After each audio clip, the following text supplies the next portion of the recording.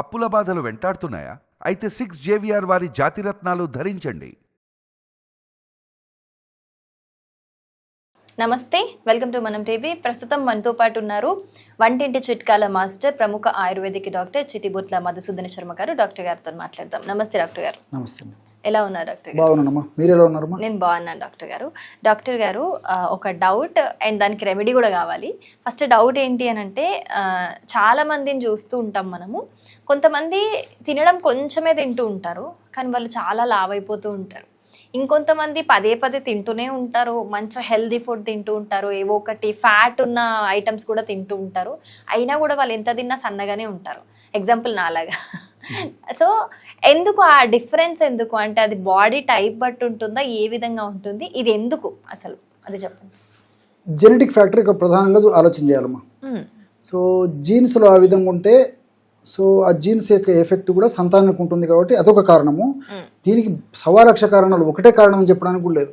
రెండవది ఏంటంటే, తీసుకునే ఆహార పదార్థాలు ఎలాంటి ఆహార పదార్థాలు తీసుకుంటారన్నది కూడా ఆలోచన చేయాలి. మూడవది, వీటికంటే కూడా ప్రధానంగా మరొకటి గమనించాల్సింది ఏంటంటే, గట్ బ్యాక్టీరియా. ప్రేవుల్లో మంచి బ్యాక్టీరియా ఉంటే అది చక్కగా ఉపయోగపడుతూ వెయిట్ తగ్గడానికి ఉపయోగపడతాయి. అదేవిధంగా వెయిట్ పెరిగేదానికి కూడా మంచి బ్యాక్టీరియా ఉపయోగపడుతుంది. ఇక్కడ మనం తెలుసుకోవాల్సింది ఏంటంటే, ఉదాహరణకి ఒక 50 క్యాలరీస్ ఫుడ్ మనం ఏదన్నా తీసుకున్నట్లయితే లోపలికి వెళ్ళిన తర్వాత చెడు బ్యాక్టీరియా ఎక్కువగా ఉంటేనే 100 క్యాలరీస్ కింద కన్వర్ట్ అయిపోతుంది. సో దానివల్ల వెయిట్ పెరిగిపోతుంటారు. అలా కాకుండా మంచి బ్యాక్టీరియా ఉందనుకోండి, సో మంచి బ్యాక్టీరియా డామినేషన్ ఉన్నప్పుడు మనం 50 క్యాలరీస్ ఆహారం తీసుకున్నప్పటికీ అది 25 క్యాలరీస్ కింద కన్వర్ట్ అయిపోతుంది. సో ఇక్కడ మీరు గమనిస్తున్నారు కదా, కాబట్టి అంటే గట్ బ్యాక్టీరియాను బట్టేసేసి వెయిట్ కూడా ఆధారపడి ఉంటుంది. అందుకే కొంతమంది ముఖ్యంగా వెయిట్ ఉన్నటువంటి వాళ్ళు రకరకాల ప్రయత్నాలు చేస్తుంటారు, కడుపు మార్చుకుంటుంటారు, విపరీతంగా నీళ్ళు తాగుతుంటారు, ఫుడ్ మానేస్తారు, హెవీ ఎక్సర్సైజ్ చేస్తుంటారు.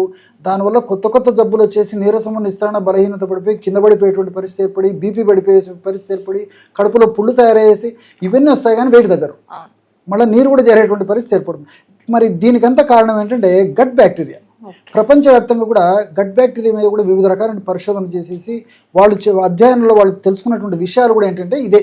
సో గట్ బ్యాక్టీరియా, మంచి బ్యాక్టీరియా బాగా ఎక్కువగా ఉన్నప్పుడు ఇలాంటి సమస్యలు రావని చెప్పి చెప్తారు. కాబట్టి గట్ బ్యాక్టీరియా మనం కరెక్ట్గా ఉంచుకోగలిగితే, అంటే చెడు బ్యాక్టీరియా తగ్గిపోయేసి మంచి బ్యాక్టీరియా ఎప్పుడైతే బాగా డెవలప్ చేసుకోగలమో ఆహార విధి విధానాల ద్వారా, అదేవిధంగా ఈ యొక్క ఎక్సర్సైజ్ ఇలాంటి వాటి ద్వారా మరి ఇలాంటి సమస్యలు రాకుండా ఉండేటువంటి పరిస్థితి ఏర్పడుతుంది. ఇబ్బంది లేకుండా కూడా వాళ్ళు ఏ పద్ధతులు కావాలంటే ఆ పద్ధతులు బాడీలో ట్విస్టింగ్ కెపాసిటీ వచ్చేస్తుంది. ఓకే, సో మీరు చెప్పిన దాన్ని బట్టి గట్ బ్యాక్టీరియా మీదనే ఏదైనా డిపెండ్ అయి ఉంటుంది అని చెప్తున్నారు. ఓకే, సో గట్ బ్యాక్టీరియాని బేస్ చేసుకొని ఎవరైనా సరే ఓవర్ వెయిట్ ఉండకూడదు, అండర్ వెయిట్ ఉండకూడదు, కరెక్ట్ వెయిట్ మెయింటైన్ అవ్వాలి. అంటే వాళ్ళ హైట్కి కావచ్చు, వాళ్ళ ఏజ్కి కావచ్చు, కరెక్ట్ వెయిట్ ఉండాలి అని అంటే ఏ రెమెడీ చేసుకుంటే వాళ్ళ ఈజీగా ఒకటే మంచి వెయిట్లో మెయింటైన్ అవ్వడానికి అవకాశం ఉంటుందంటారు? It's a very good question అమ్మా.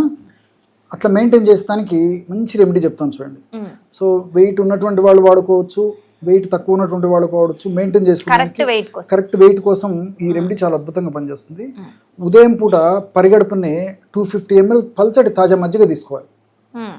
బాగా గమనించండి, పల్చటి తాజా మజ్జిగ. అందుకే చాలా మరీ నేను చల్లటి మజ్జిగ పనికిరాదు, చిక్కటి మజ్జిగ పనికిరాదు, అతిగా పులిసినటువంటి మజ్జిగ పనికిరాదు. అంటే ఫ్రెష్గా ఉండాలా, పల్చగా ఉండాలా, తాజాగా ఉండాలి. అటువంటి మజ్జిగని ఒక 250 ml తీసుకోవాలి. 250 ml మజ్జిగలో 1/2 టీ స్పూను జీలకర్ర పొడి, 1/2 టీ స్పూన్ ధనియాల పొడి, 1/2 టీ స్పూన్ సోంపు గింజల పొడి, అరబద్ద నిమ్మరసం మొత్తం కలిపేసేయాలి. బ్రహ్మాండమైనటువంటి పానీయం తయారైపోతుంది. ప్రతిరోజు సీజన్తో నిమిత్తం లేకుండా ప్రతిరోజు తాగడం అలవాటు చేసుకోవాలి. సింపుల్, సూక్ష్మంలో మోక్షం అని మన పెద్దలు చెప్పింది ఎందుకే అనమాట. సో ఈ పద్ధతిలో వాడుకోవడం వల్ల మన బాడీ ఏ పద్ధతిలో ఉండాలో ఆ పద్ధతిలో, ఇప్పుడు యోగక్షేమము శరీరస్య స్వభావత పరికల్పిత అని చెప్పేసి మన పెద్దలు చెప్పినట్లు యోగక్షేమాలు మన శరీరమే చూసుకుంటూ ఉంటుంది. ఆ విధంగా మన శరీరం చూసుకునేటువంటి ఆ యోగక్షేమాలలో అప్ అండ్ డౌన్ అయినప్పుడు మనం బయట నుంచి కొంత సపోర్ట్ ఇవ్వాలి. దానికి సపోర్ట్ ఇస్తే అదే రెక్టిఫై అయిపోతుంది. అలా సపోర్ట్ ఇవ్వడానికి ఉపయోగపడేటువంటి ఆహార ఔషధాలే ఈ మధ్యలో నేను చెప్పినటువంటి ఈ పదార్థాలు. ఇవి వాడుకుంటే మంచి రిజల్ట్ వస్తుందండి. సూపర్ డాక్టర్ గారు, చాలా సింపుల్ గా ఈజీగా డైలీ మార్నింగ్ లేవగానే ఇంట్లో ఉన్న వాటితో చేసేసుకోవచ్చు. Thank you so much doctor. నమస్తే.